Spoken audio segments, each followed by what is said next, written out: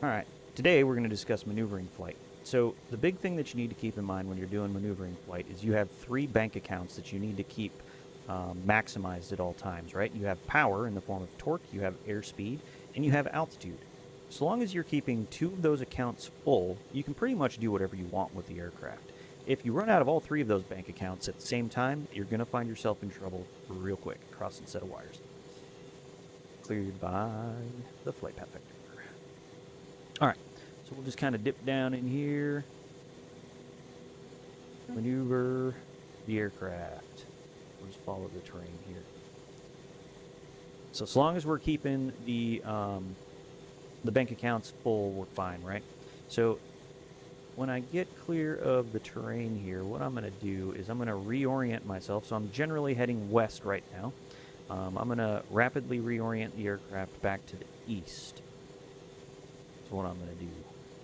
So we're almost clear. It's flying out, 120 knots. Following the terrain.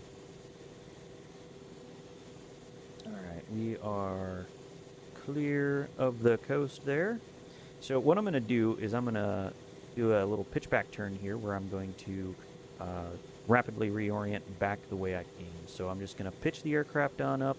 As soon as I get a positive rate of climb, I'm going to roll the aircraft on over. I'm going to pull aft cyclic as I do that. I'm going to put in a little bit of left pedal to try and maintain aerodynamic trim. And I'm going to roll out, heading back the way I came. Alright, nothing about that was fast. Let's say now I get surprised from the front and I need to rapidly go back where I just came from.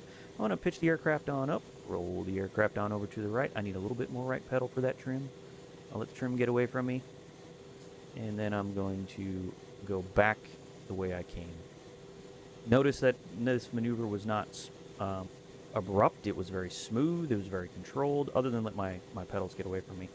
I'll tell you, in a simulator where you can't feel the trim, it's very difficult to keep that trim ball centered.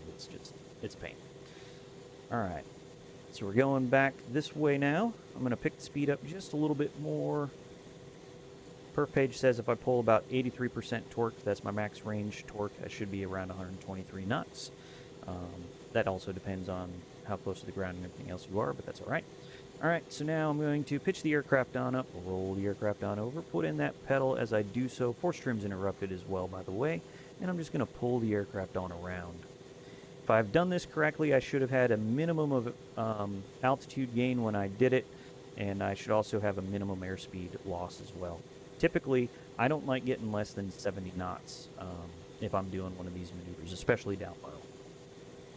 Now, I can also perform that maneuver in a much flatter profile. So if I roll the aircraft on over, maybe I can't gain altitude. I'm just going to have to pull more aft cyclic, put in a little bit more power to try and maintain the aircraft altitude and airspeed as I come around. So you can see I've increased the collective quite a bit as I've banked this thing over, and I've also pulled a fair amount of aft cyclic to try and maintain my altitude. So this right here just shows that the weight to lift correlation, as I bank the aircraft on over, I have to pull more power to maintain the same airspeed. So there we go. And then as I roll out, I'll have to reduce the collective in order to not balloon up.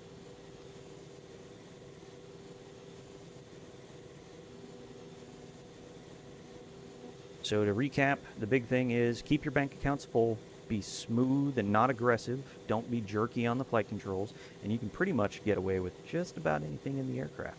Also, try to make sure that you're not maneuvering so fast that you can't keep the aircraft in trim. That's another really good rule there. And then when you're doing this, your force trim should be interrupted.